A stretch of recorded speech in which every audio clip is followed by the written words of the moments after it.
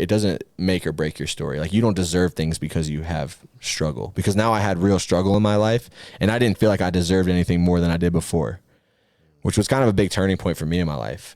Because I was like, you know, I can succeed in spite of the struggle, and that's awesome, but the struggle isn't the reason that I'm having success, right? It's the hard work and the time I'm putting in. But it was hard for me to understand that until I had real struggle.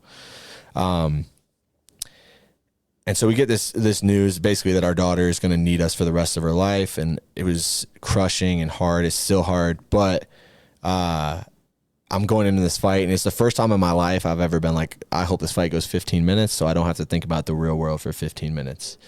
Wow. Yeah, which is not a great thought to have before you go into a fight. And I end up losing a decision. Didn't really fight very well, but I was in the UFC, and that was something that I was proud of and happy. And I'm like, okay, I will bounce back from this and we'll have some success. But that was a tough week, probably the toughest week of my life.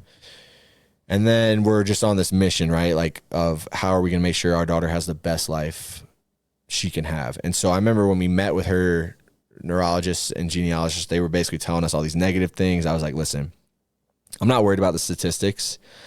I fight in the UFC. My wife fights in the UFC. Like, the statistics for that are way low. So I don't need you to tell me the statistics. I just need you to give us some goals that we can try to reach, because that's how I'm wired. That's how my wife is wired. And so they'd give us goals, and 3 months later she'd crush those goals, and then they'd give us more goals. And so far, like, that's been something that's helped with making sure that she's progressing at a higher rate than most kids that have this mutation. And it's been good. But like I said, it's a lot of hard work. It's a lot of effort. And